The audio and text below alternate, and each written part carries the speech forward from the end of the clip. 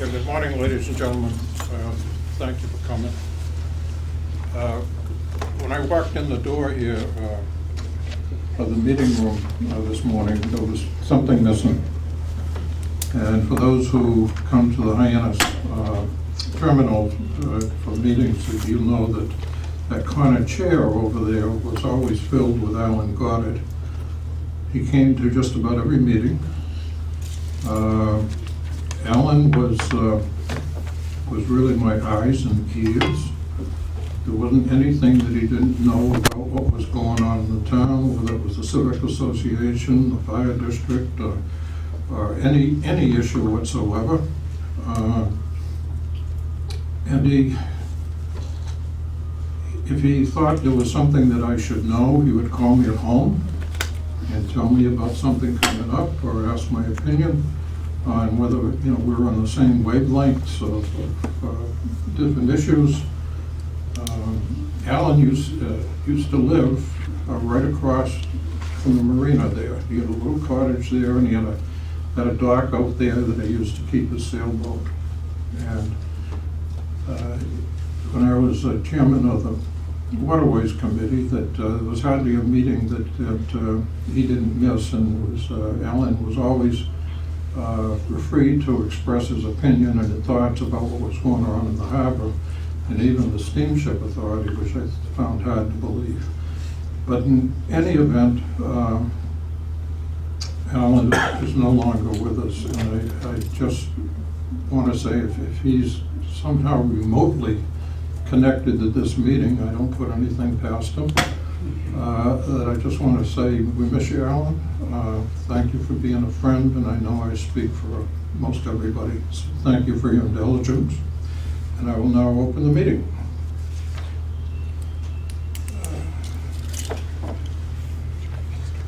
Okay.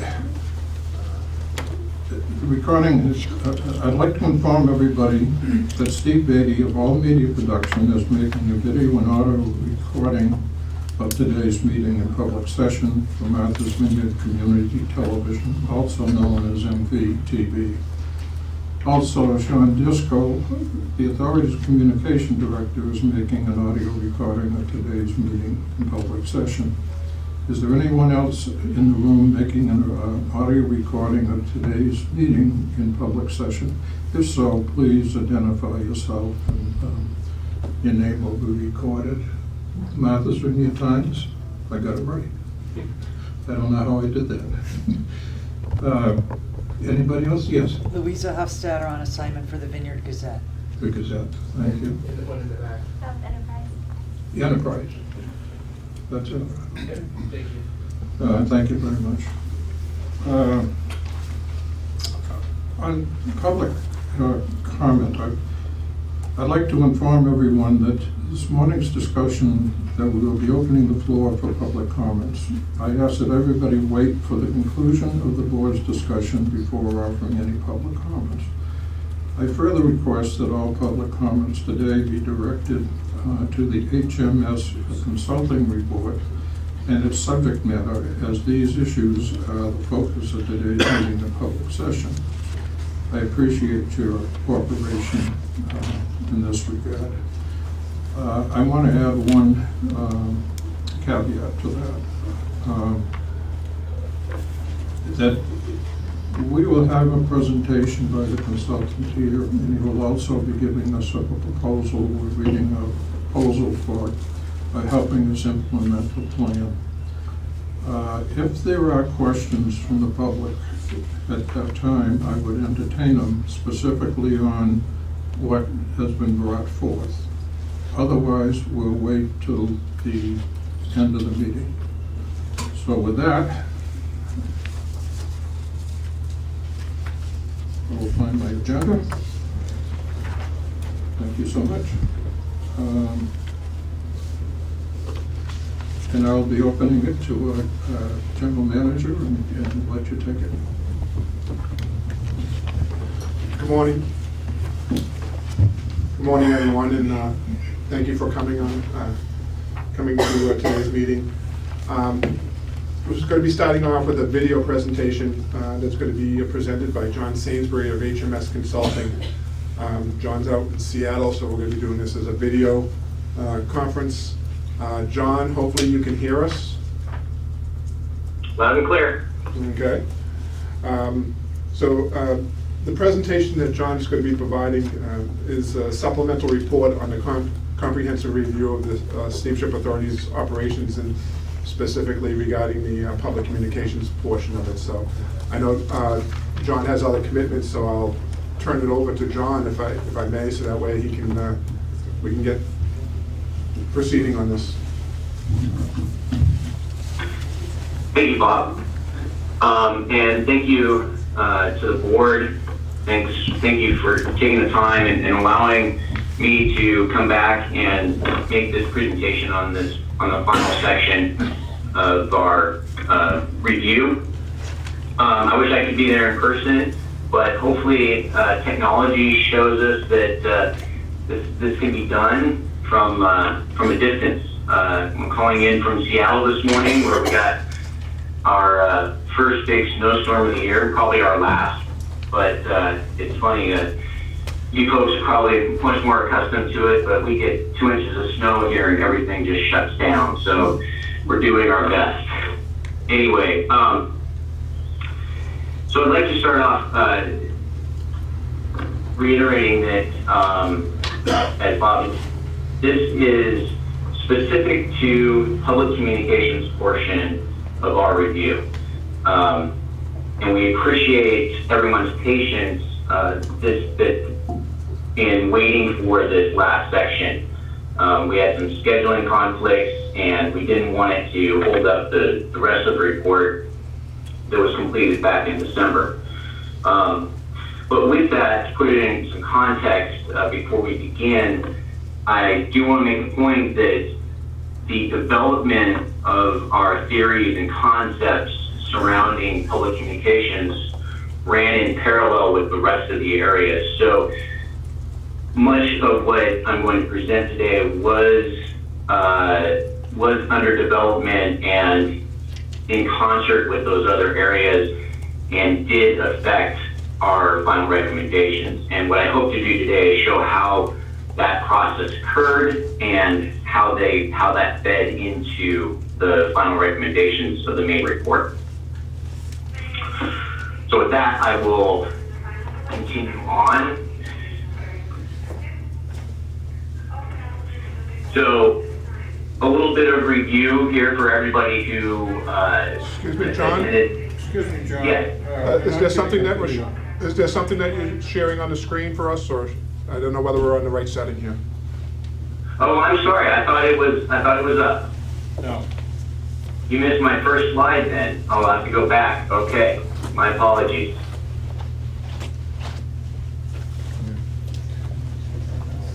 We're sending in the technician. There we go. There we go. We got it. Okay, yeah, like I said, technology, right? Good. So hopefully everybody's looking at the first slide now, and it's legible. Yes, it is. Okay, good. But I'm glad you brought that up, Bob. All right, I'm going to continue on then to the next slide. So again, a lot of this may be a quick review for those who attended the first presentation on the main part of the report, but the main purpose for this review was for us to come in and first understand the problems that the SSA experienced last spring, try to identify what some of the underlying causes were, and provide practical and effective recommendations. The scope of the study focused on 5 areas: vessel operations, fleet maintenance, management structure, public communications, and IT systems. And public communications is highlighted there because that is the focus of today's presentation. And when I talk about public communications, I just want to give it a little bit of definition. For purposes of the study, what we were looking at were the communications protocols and processes between the SSA and their stakeholders, essentially. the passengers, the critical service companies that utilize the SSA to get out to the islands, the local government and townships, and of course the general public. These communications were really grouped into two categories: routine communications and crisis communications. And how any organization addresses those or approaches those is going to be different. And the difference between those procedures or protocols is critical to make sure that they are effective. So that's a key distinction that we tried to make when we were looking at how the SSA was communicating.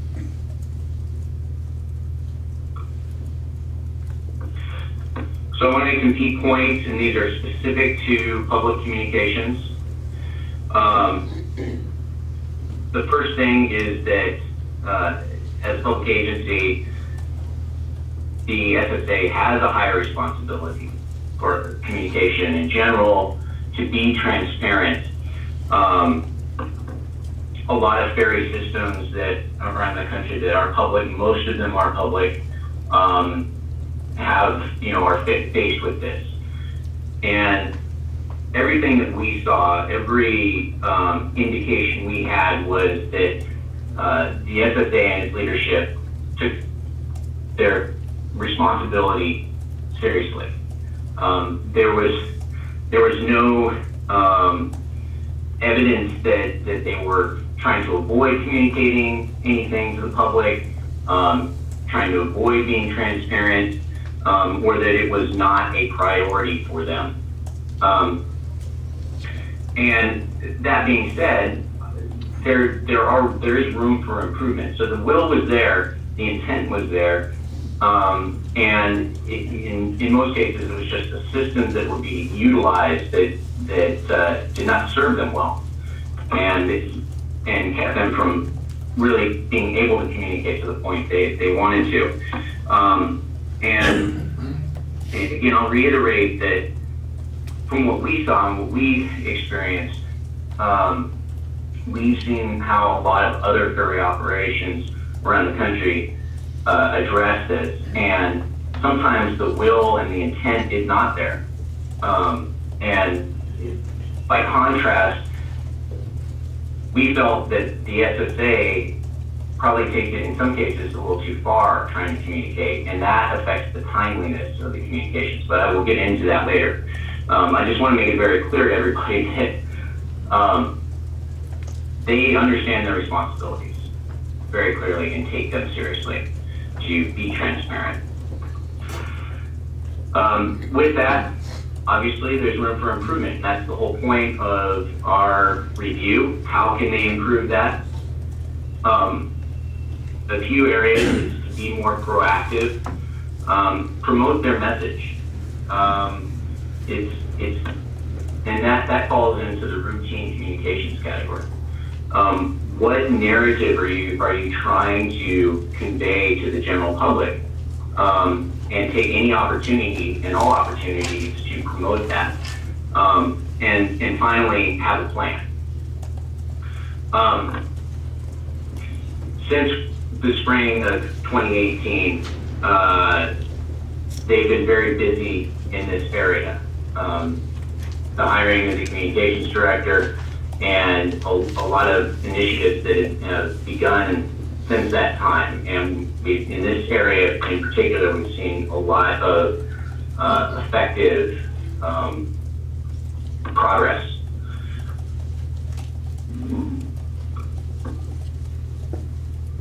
So again, some quick review. I wanted to go through our methodology step by step so that maybe a refresher for some, but everybody understands how our team went about collecting our information and making our final recommendations. The first was to start with a project plan. This just establishes what we were going to do, how we're going to do it, and convey that to everybody involved, both on our team as well as at the SSA. We followed that up with data requests, which we received everything we asked for in a very timely manner, and it was quite a bit of data to go through. The next step was our site visit, and that really informed our general observations that the team members made. We were able to conduct numerous interviews that were confidential in nature, and because of that confidential nature of those interviews, they were, everybody was very forthcoming that we spoke to, and that was very helpful. The next part was a technique that we used, root cause analysis, where we selected incidents to analyze.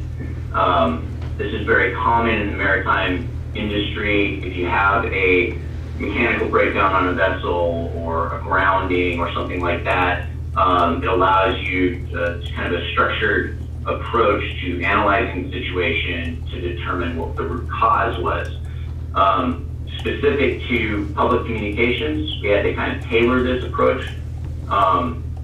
And I'll explain that a little bit when we get into the next slide here, but at the end of the day, it accomplished what we wanted it to, and was very effective for looking at public communications.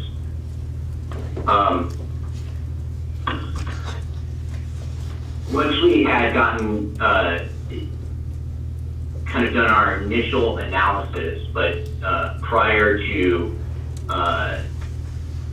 coming to any concrete conclusions, we took the opportunity to review our root cause analysis with the SSA staff through video conferences such as this, and that allowed us to verify the facts and indicate to the group what we were learning from our analysis. So between the root cause analysis and our general observations, that informed our final recommendations, and that's essentially how we arrived at our final recommendations. So specific to public communications, the root cause analysis that we performed focused on messaging the public regarding service disruptions. We looked at this as a process. So instead of a specific incident, we analyzed their process in any situation where service was disrupted, whether it was a delay or a cancellation. What was the process that the SSA was using to communicate to the public? By doing so, it allowed us to kind of filter out through interviews, it was very difficult for us to determine specific failures of public communication attributed to specific incidents. It was kind of, there was a lot going on, obviously, in last spring, and so it was difficult for us to say, well, that particular failure was attributed to this incident. So instead, we looked at the process itself. Coming out of that, we identified 3 causal factors that I've got listed here.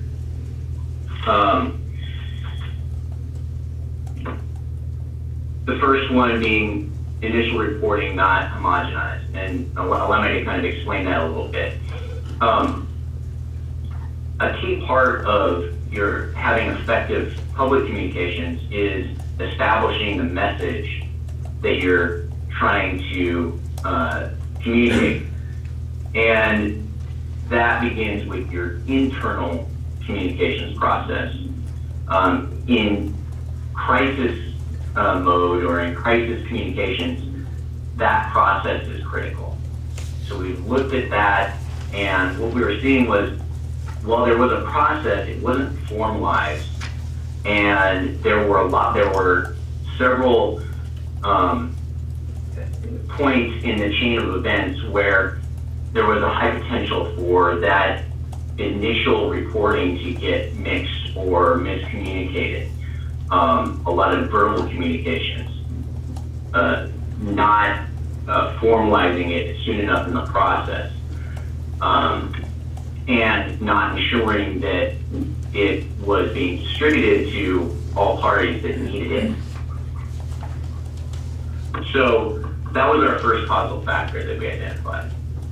The second one being available technology not being utilized, and to the fullest extent. Now, I'll get into this a little bit later, but it, technology these days changes very quickly. So trying to stay up with it and utilize everything that's available is very difficult.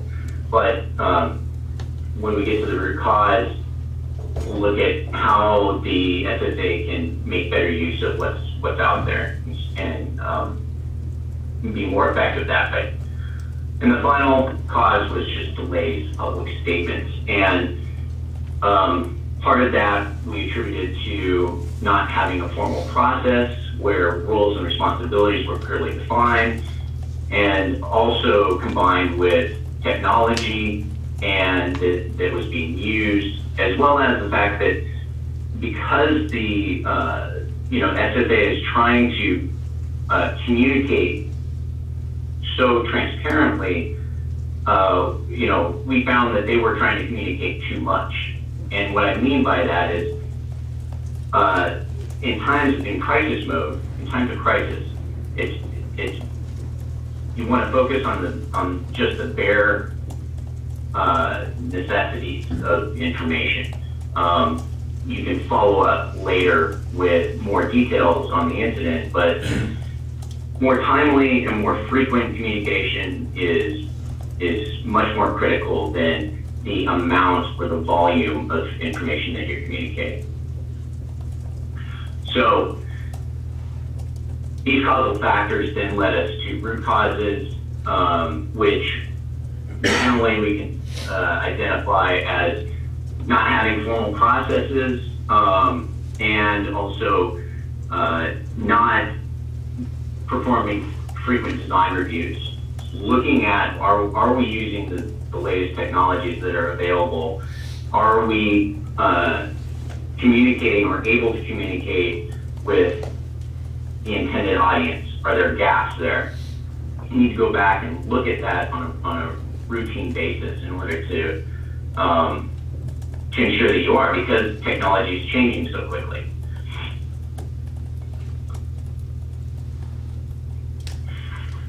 The other part of our process that informed our final recommendations were our general observations. This is from the massive amounts of data that we were provided with, combined with our own team's observations while on site and through interviews. We focused on three aspects of public communications here. The first being the perceived lack of transparency, and I say perceived because it's not a matter of the will or the desire to be transparent. It's just that the SSA is just not doing it effectively. Transparency itself implies that there's an openness and accountability, and we saw nothing that gave us any indication that that was not the case there.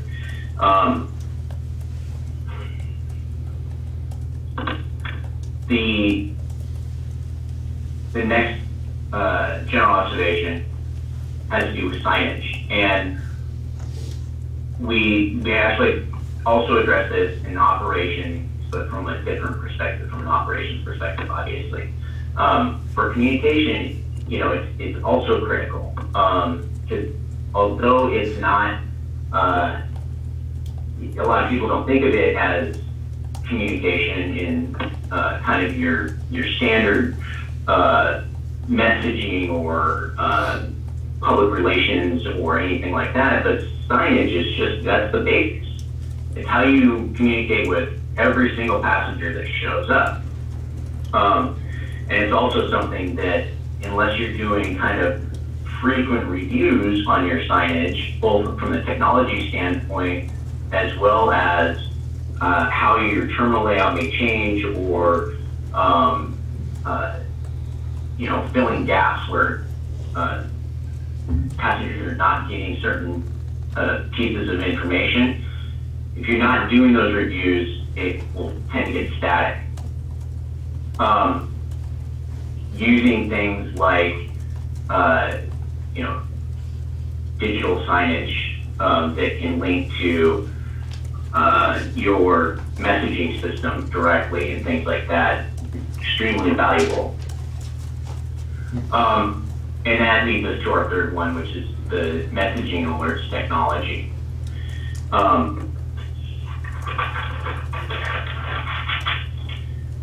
So, and again, I want to clarify that we're not saying that technology was not being utilized for the messaging and alert system, because it was. There's an alert system on the website, emails are being gathered, but there were gaps in reaching the intended audience, and that's the point of this, is how do we address those gaps? And we do that by adjusting our technology. And a lot of these things are currently being addressed.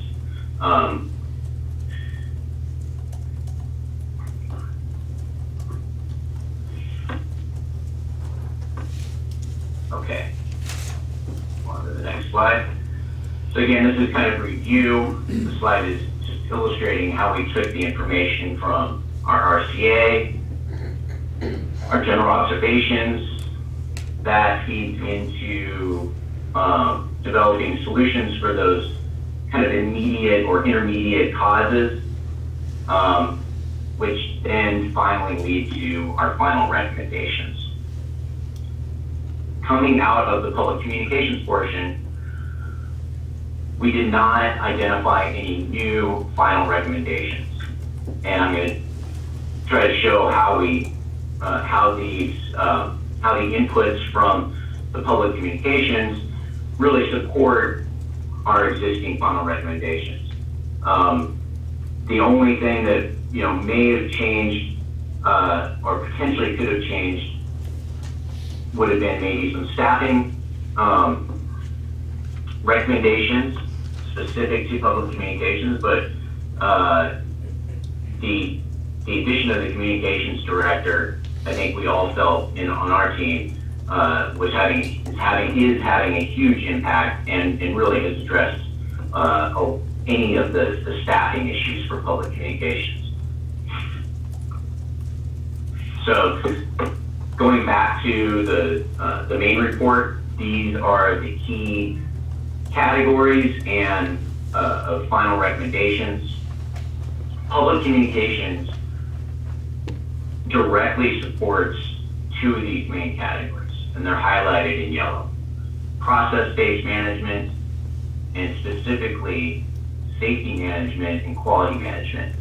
Safety management will, the safety management system will contain a crisis communications plan or a vessel emergency plan, depending on, different people call it different things. The point is that's where you will define your process for those, when you're in a crisis, how you're communicating both internally and externally. Quality management system will address your routine communications, developing a process for that, and developing a process for that. The other part of it is developing a plan, and that's where your strategic plan specifically comes into play. Because not only do you want to communicate your mission statement and your strategic plan, but how you do that is going to be a big part of your strategic plan.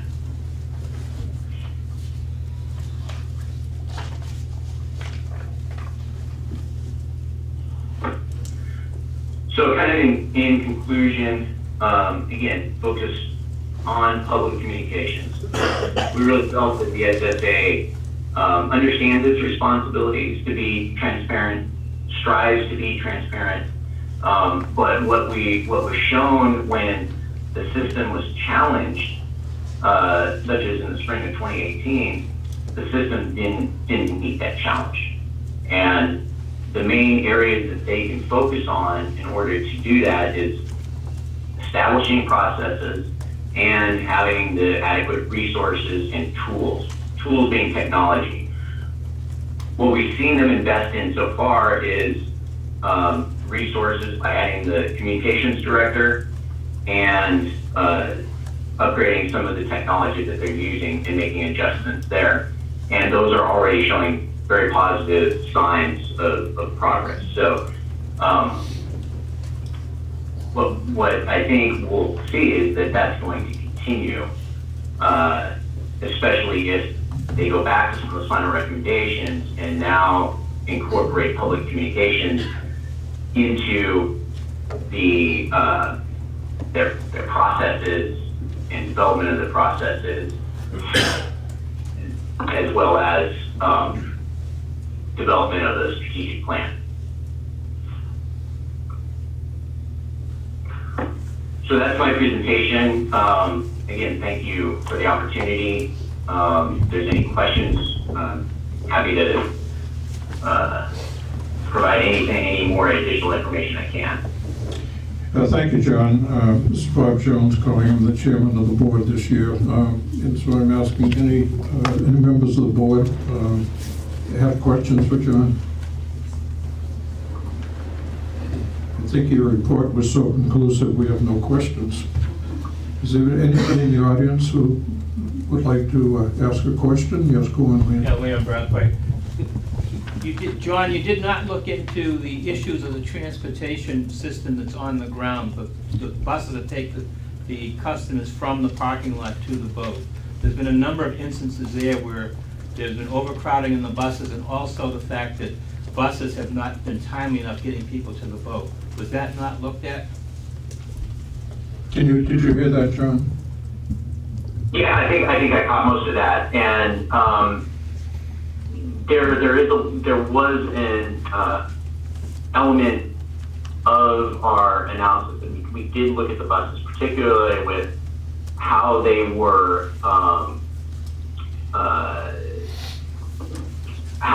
how passengers were able to identify which bus they were to get on and where the bus was going. But we did not look at necessarily dispatching of the buses. Okay, thank you. I'd like to take the next agenda item out of order, seeing no objection from the board, that I'd like to take up letter C, which is HMS's proposal to provide the SSA with implementation planning services to assist the authority. So with that, whoever has a report on that, Bob? So I'll just start off here, and thank you, John, for that presentation, by the way. On Friday, John was able to provide the authority with a proposal to provide an implementation planning services for the recommendations that were included in their now final report. We've added this to the meeting packet for today. As Mr. Sainsbury points out in his proposal, it's our understanding that the Steamship Authority recognizes the importance of adopting the recommendations and implementing them in an efficient and effective manner. And doing so requires well thought out and detailed plan that prioritizes their implementation based on a clear understanding of the objectives, resources required, cost, and timeline for each. So the proposal that HMS has provided includes a planning phase, planning including workshops, the planning development, and then a monitoring and reporting feature.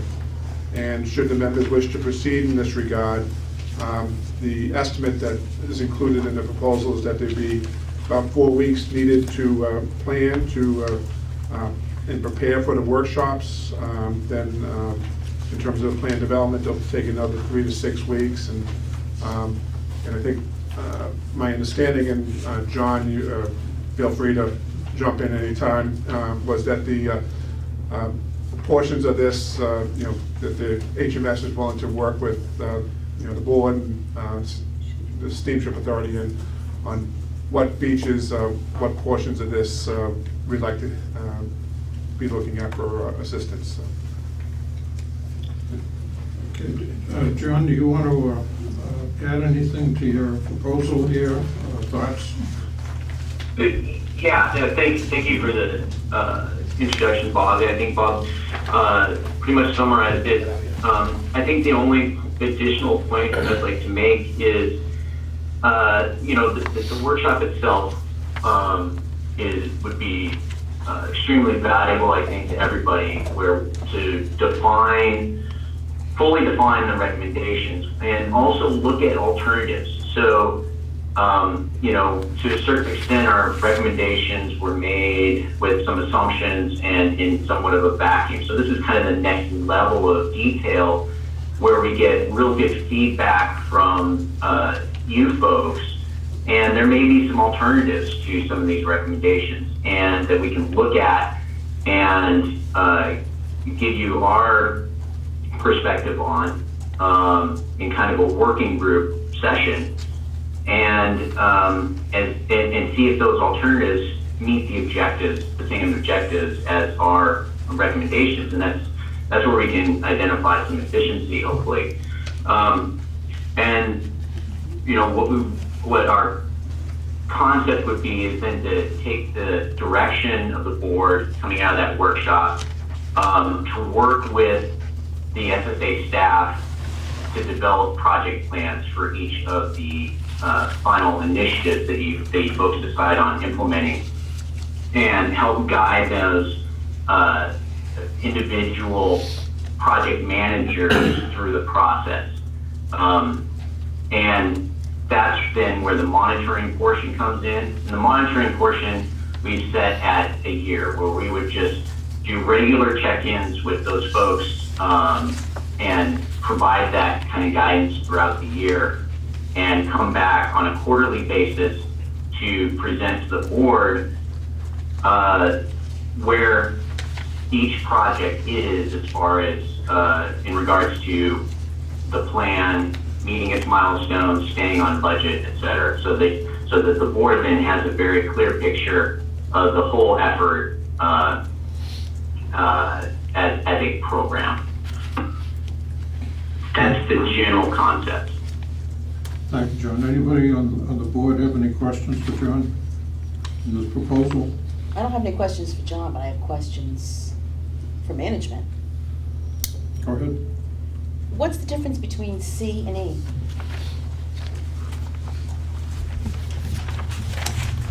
So the difference between C and E is that C would be to make sure that the process that we're going through in terms of identifying how to incorporate it and to embrace the recommendations from the original study.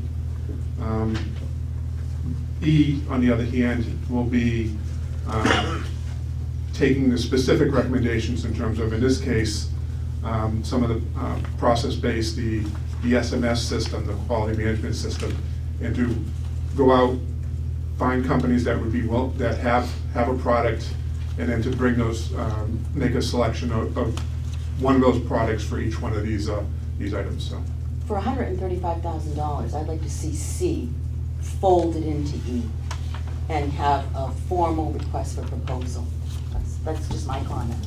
I don't know why HMS, why this isn't out to bid. I mean, they shouldn't have an exclusive on this because they wrote the original recommendation.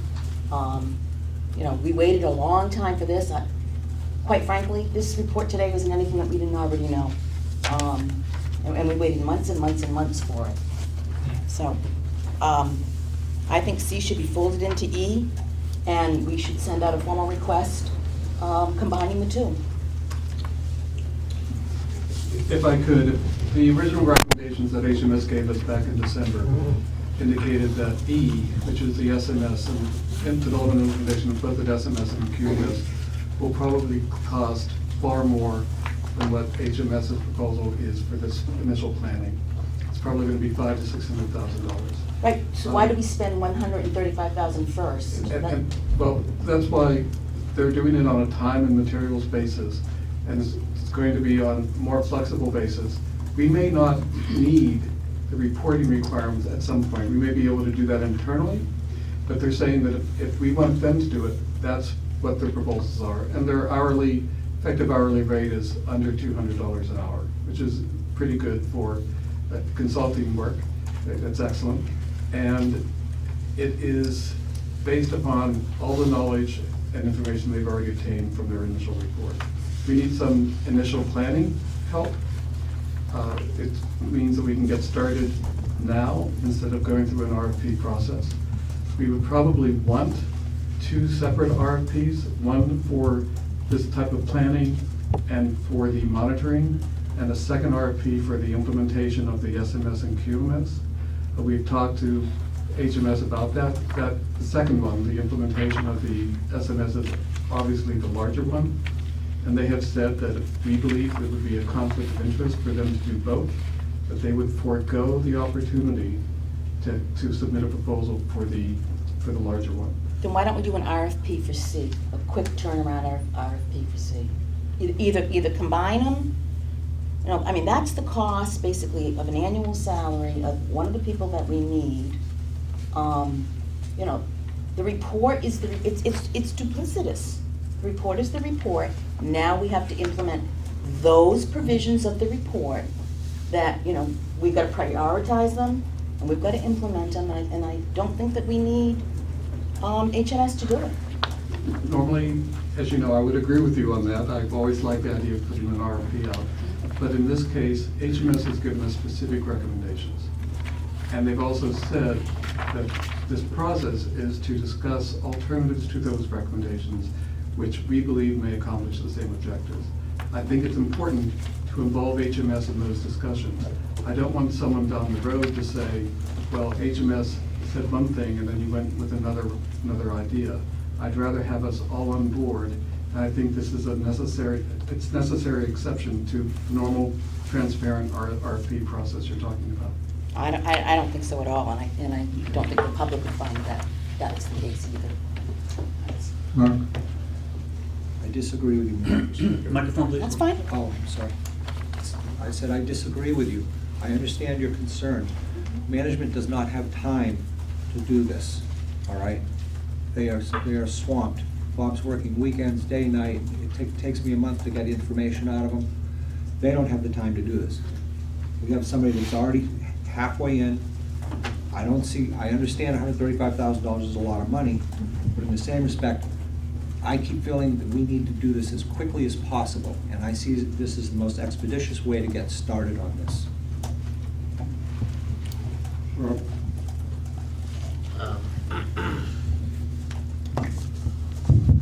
Yeah, no, I would agree with Mr. Hanover. HMS has already done the footwork on this.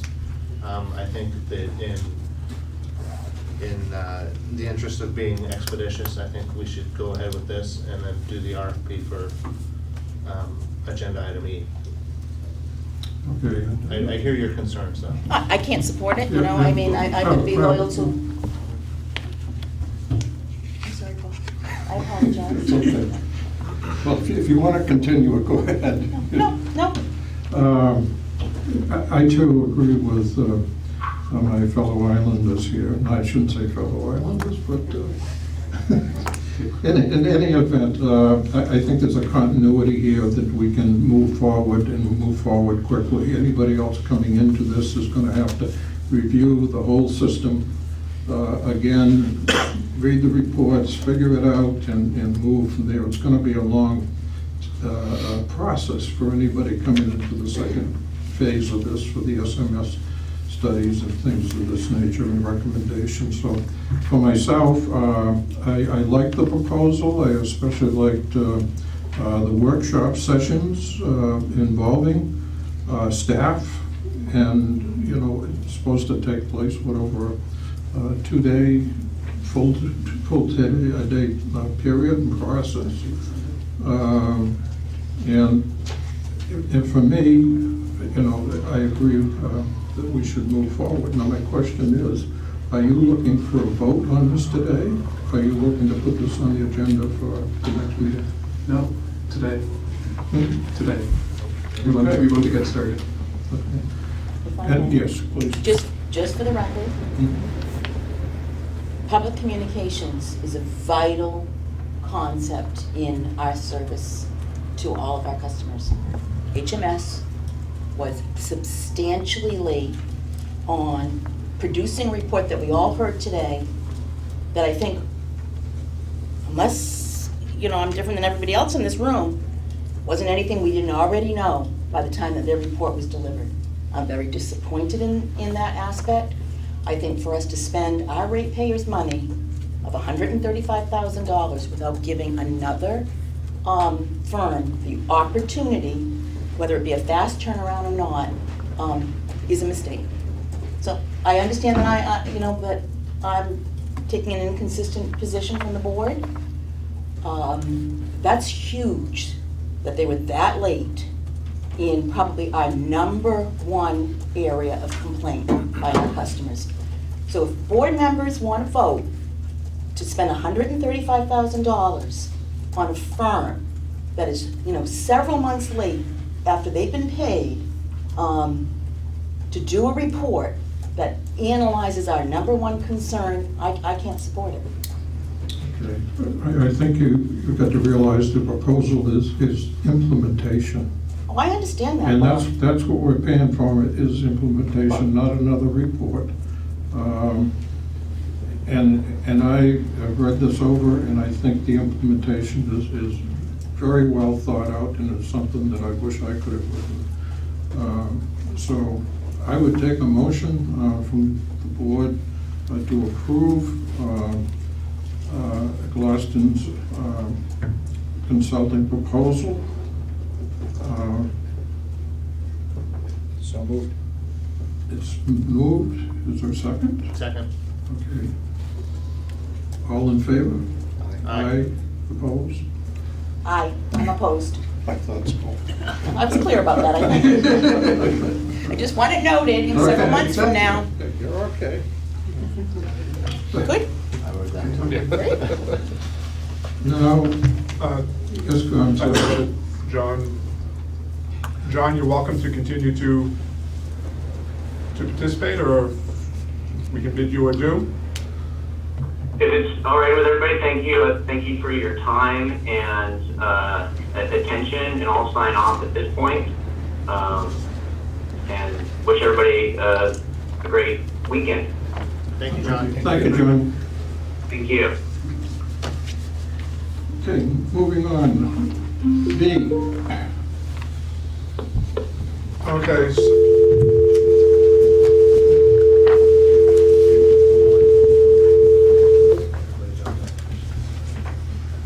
All right, so I just want to provide the board with a quick update on the current search for the authority's new treasurer comptroller and director of human resources. We've engaged the services of KLR Executive Search firm to conduct these recruitments. KLR has offices in Boston, Providence, and Waltham, and specializes in accounting, finance, IT, and human resource executive placements. The team that is assigned to our account includes Ed Blum, who's a partner with the firm, and he has over 30 years of experience. The search will be conducted by KLR, who will then provide us with a list of potential finalists for our review and interviews.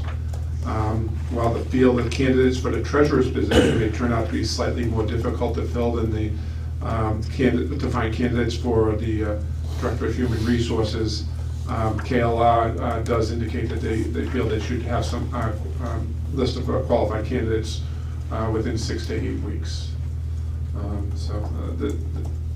While they do specialize in accounting and finance, to have someone with, we're hopeful that we can find someone with governmental accounting experience. It's a little different animal than public accounting, but in the geographic area that we're in.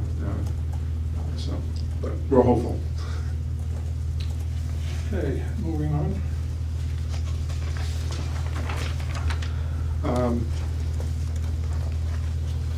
So next item we have here is for the creation of a Director of Marine Operations position.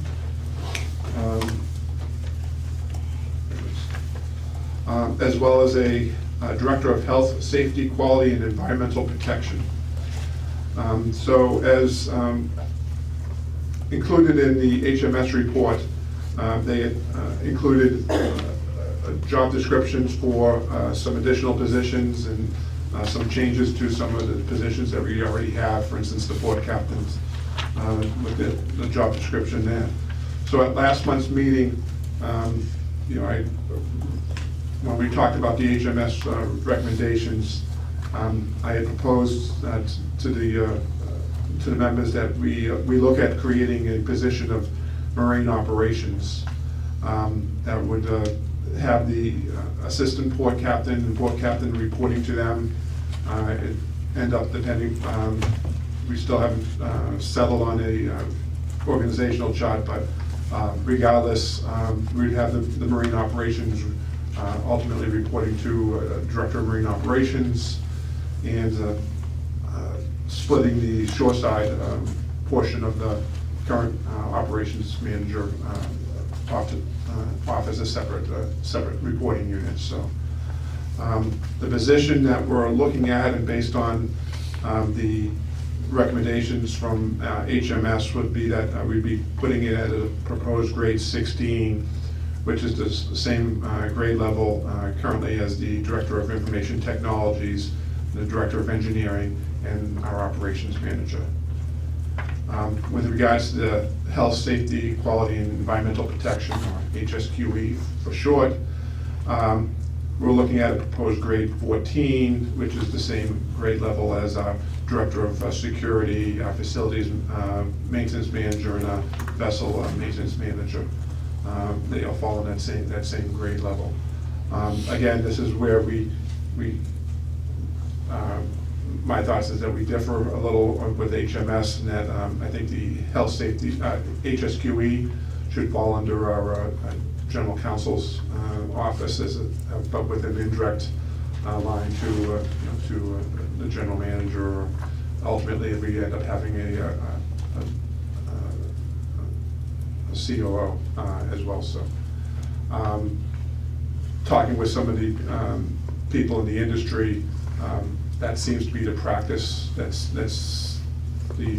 a regulatory compliance and things like that, and it's independent of either shoreside or vessel side operation. So it seems that it's a common practice for that position to fall into the General Counsel's domain. So.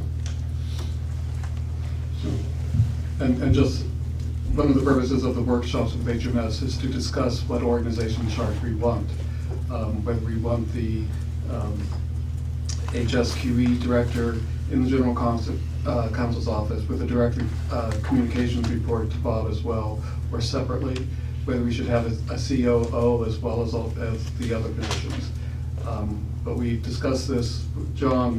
John has seen a copy of the staff summary saying that we should go out now for these two positions, because everyone agrees we need these two positions, and we can deal with the other issues as we go down in the next month or two. Right. Yes. Didn't we agree in our last meeting that we needed these two positions? But there was no vote. Yeah, but we agree, Yes. so you talked to John subsequent to the board already deciding it, so that at the last meeting, that we needed these two positions? We showed him the staff summary, yes. Okay. I guess, as we evolve here, that we'll probably, make many changes and fine-tuning things here. I have questions about the HSQE being directly, under the General Counsel. I don't know if we advertise for another general counsel somewhere, and by the way, these, how do you do these responsibilities?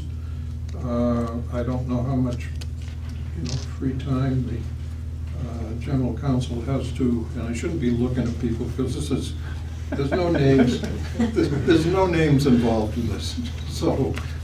But I'm just wondering, would that be something that would attract another general counsel to come in and have these responsibilities underneath them?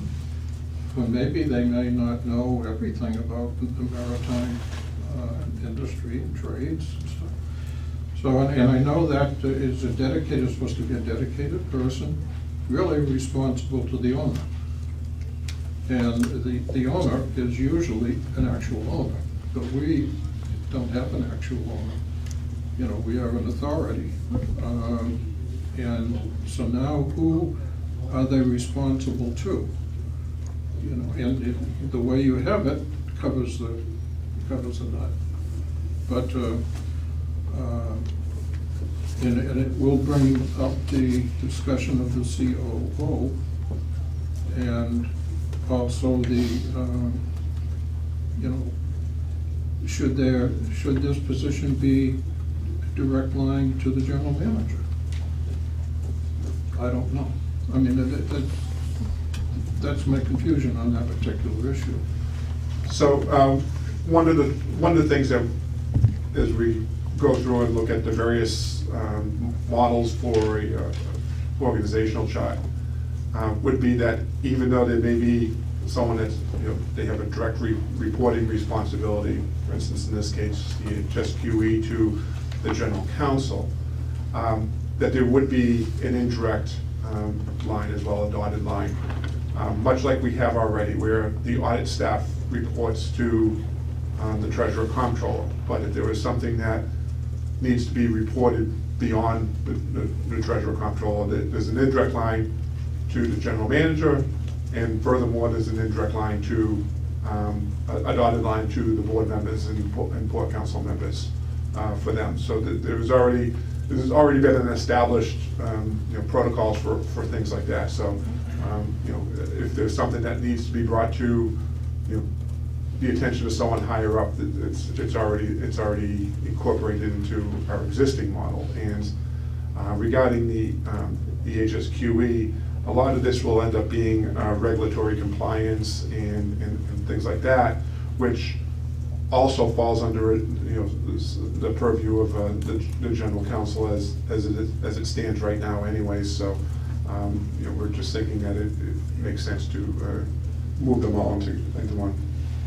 But we anticipate that this discussion will take place in the workshops and get everyone's view. But I know that Rob Mueller earlier had said that in his experience, this position would be report directly to the general manager. That we just learned that other companies do it either way, and so we just have to have that discussion. Right, okay, but that was my concern. The other thing is we go, this is a general comment, because as we move forward filling positions, we really, should be filling positions to a strategic plan. We do not have a strategic plan. We will be developing the strategic plan perhaps afterwards. But I think when you're building and developing, you should have some idea of your absolute target and vision and goal. But we're going to move forward with this, I'm sure. But in any event, which just leads me to mention that we should get that strategic plan going, which we talked about. So, and the other thing is that I'm concerned whether this is a general comment. We have 700 employees, and depending on the season, and how these top-level positions all fit, harmoniously, is going to take a lot of work, and which is going to require some specific job descriptions when we bring these people in, what their responsibilities are. Try to, no overlaps unless there's a designed overlap, and things of this nature. So we've got a lot of work ahead of us, and I'm pretty sure that, John, what we've voted on here will help us through that process. But it's something that's been going over in my head, and it's one of the things you want it as seamless as possible. And it can't be done overnight either. And nothing is that we do here today as we move forward is gonna turn a switch and say, okay, you know, that's it, let's go on to the next challenge. It's gonna be a work in process annually. So, Continuously. huh? Continuously. Yes. Anyways, it was just something that's on my mind, and I'm more than happy to move forward on this one here if anybody has any thoughts. Yes, Mark? Yes. I would like to see, and I don't know if we need to put this on an agenda for a next board meeting, but I certainly think the board should vote on, interview the three, the top three candidates. The board should interview the top three candidates, and the board should take a vote on these positions. A lot of our public criticism has been, that the board is not as involved as that they would like us to be. These are two positions of this, post HMS report, Steamship Authority, and I think the board should have a say in these top three positions. I'm sorry, the top two positions. I'd like to see the top three candidates be interviewed by the board, and then the board make a decision on them. If we could discuss that at the next board meeting, put it on the agenda. There are a number of considerations. Whether you get three people who only have a third of a chance, whether you're going to let them come public and possibly lose their current jobs by having the process due. That's a consideration. Another way is that Bob currently has the ability to fill the positions, and he can create informal committees on his own as long as they don't have a quorum of the board. And that's been upheld by the Attorney General's office. And one thing that we started to discuss, but we haven't got to the point, where whether, you've had some suggestions on the part of the public to have individual board members do work, like breakout sessions with the staff. So for example, Bob now will hopefully have 4 positions to fill. Treasurer, Controller, Director of Human Resources, Director of Marine Operations, and Port Captains. So he could have a committee. Mark could help him with the Treasurer, Controller, identifying that final candidate be brought to the board. Bob Jones could help him with the Director of Human Resources. You could help him with the Director of Marine Operations. And Rob could help him with the Port Captain. And you could get that process going very quickly. Or any variation. Or any variation of that. Thank you very much. There are other ways to talk about. No, I understand that, and I don't want to be sarcastic, but I guess I'm going to be sarcastic anyway. So I guess we're going to rely on provision C4 perhaps. But I don't think any of these positions should be filled without the board in some pretty involved capacity interviewing the top 3 candidates for each of these positions. So I guess I'm asking that I know it's not on the agenda, but that these positions not be filled until that can be voted on. If we have to have a special meeting. Thank you. I think you've got to realize that you may not have 3 candidates. We have people going out as a headhunter and things to bring in the top candidate. And like we did the treasurer, our last treasurer, that we had a meeting, introduced the treasurer to us, and we had the opportunity to vet and ask him questions, and then we voted to approve it. We could have disapproved it, but we didn't have 3 candidates to deal with, and I don't think we'll have 3 candidates to do, because we're going to try to, go out. In some of these positions, there's not a whole lot of people lined up. If we don't have 3 candidates for each of these positions, for these important positions, then we gotta go back to the drawing board and get 3 candidates. So. Okay. So in that regard, just as a kind of an aside, we have already, as we're already looking for, a port captain position, and we have a headhunter that's doing that. We've had discussions with him as well about the possibility of an HSQE position search and the marine operations. He's very positive that, that we'll be able to find a number of qualified candidates. I agree with Maura, though. I'd like the board to have more input into these key positions, whether it be individual board members or a committee. I realize you can't do a quorum, but. Well, even a committee is subject, have to have an open meeting.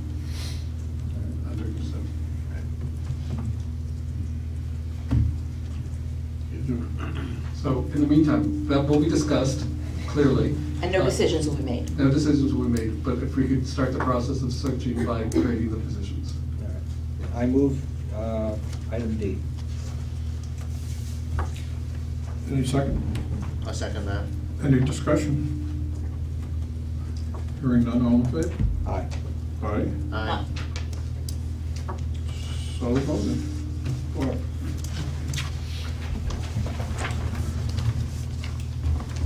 So the next item on your agenda is we have a draft of a request for proposal to seek.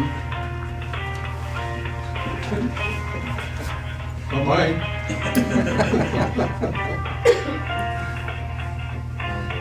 Thank you for that, Steve. Should I don't have the number. It's right up there by the. Oh, they can. You can call Right it. here.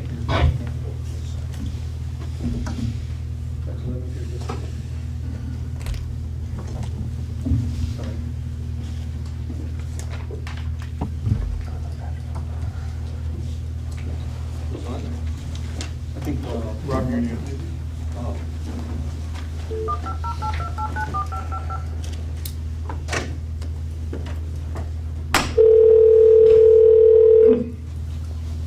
Good morning, Vinnie David. Oh, sorry. Mary, could you help me? I don't know how to get out from the inside line.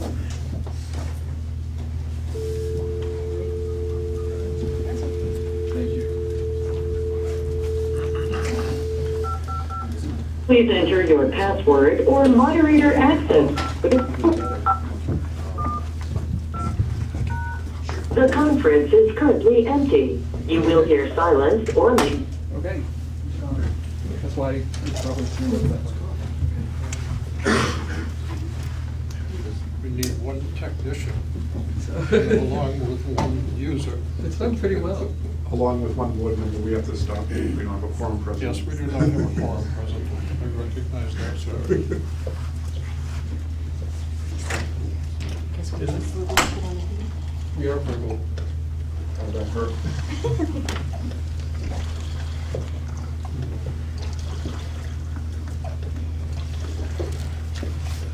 Okay, we're now back in session. We have a quorum. Would you like to wait until Mark gets back? Yeah. Okay, you can answer your text now or whatever. Okay, we're back in session. Okay, so the next item on the agenda is we're looking for the board's input regarding the issuance of a request for proposal for consulting services to assist us transitioning to a process-based approach to management. Specifically, it'd be for an SMS system and a QMS system. There's a third element in that regard for a learning management system.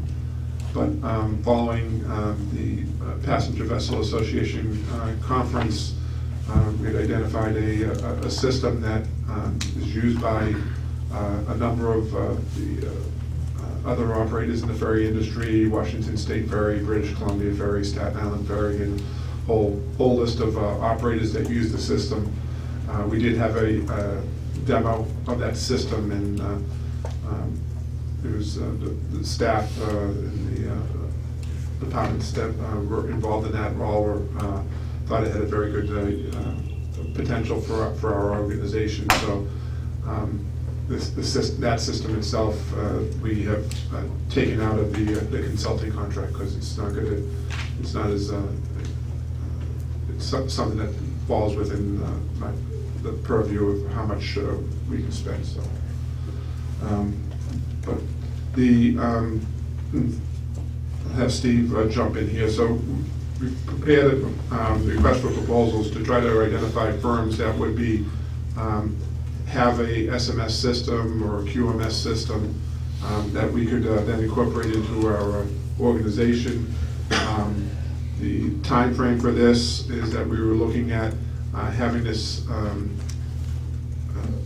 open in the mid-April time period to be able to get proposals in.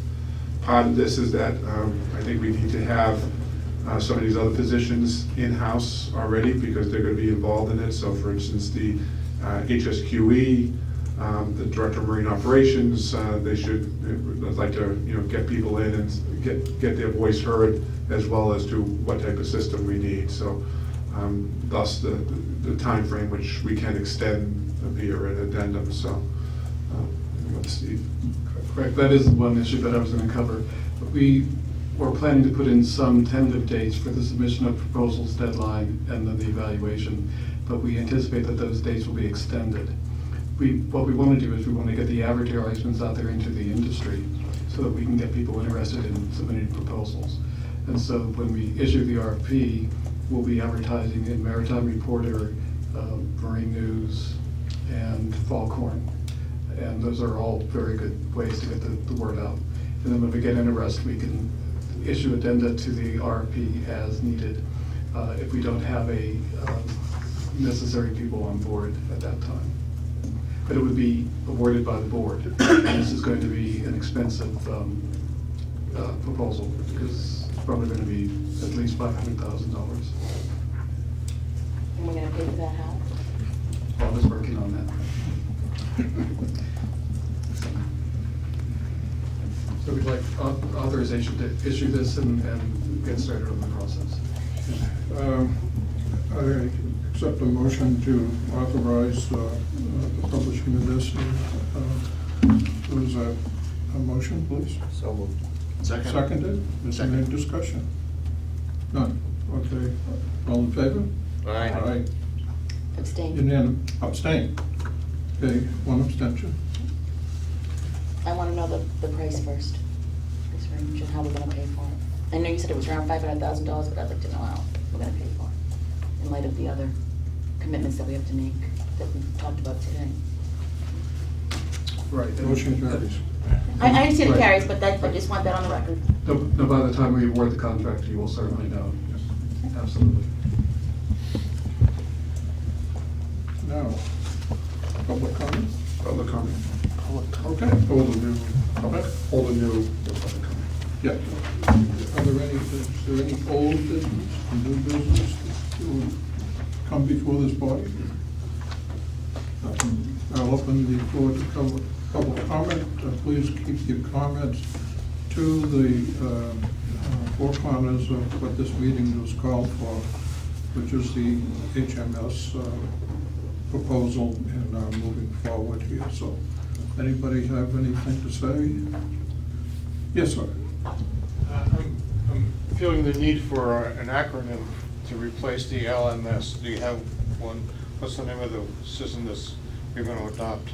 Yeah, I get confused about it. It's a learning. It's an MLS, Marine Learning System. So it's, as I said, it's a very popular in the industry. We have not only, as I mentioned, some of those other ones I failed to mention that across the harbor here, Highline Cruises uses it, Boston Harbor Cruises uses it. And it's very adaptable. The firm is in our discussions, so it's scalable, and so we're. Thank you. Any other questions? Yes, sir. Yes. Paul Please Morris, state your name, Woods Hole, too. and I'm Would not you going to state talk your about the name? Woods Hole terminal. Would you state your name? If I think I understand what you just did, and you voted to spend $135,000 to start implementing the HMS requirements, but you don't have any people to train in these workshops. You're missing, your 4 or 5 key players. So who's going to go to the workshops? Are they going to report to these people that you're going to bring in? That's doing something really in reverse, okay? The other thing that I heard that doesn't make sense is that somebody said the audit committee is going to report to the CFO. You don't have an audit committee report to a CFO. That's who he's auditing. The audit committee should report to the board. Anyway, just a couple of comments. Thank you. So if I may, it's our internal auditors report to our external auditors report to the board and board council. So, Thank you. Yes, sir. Yeah, Liam Brathwaite. Couple of things. One, on the hiring the people, you're looking from the outside. I think the report says that you wanted to get people from the outside and not be promoting from within. And I hope you follow that recommendation that was in HMS. It talked about not promoting people until after you've implemented the system. The other thing is that you're talking about needing more money. And at some point, I think you should look at the the passenger fare by increasing that 50 cents. And I think by doing that, it could give you the $1 million you need to implement this. So I just make those recommendations. Thank you. And we'll remind the passengers who made that recommendation.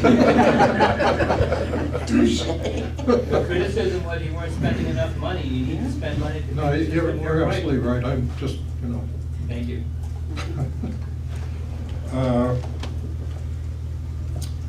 If nothing else to come before this meeting here, I would entertain a motion to adjourn. So moved. Moved. Is there a second? I got my hearing aids in too, really. Okay, fine, I'll second it. Thank you. All in favor? Aye. Aye.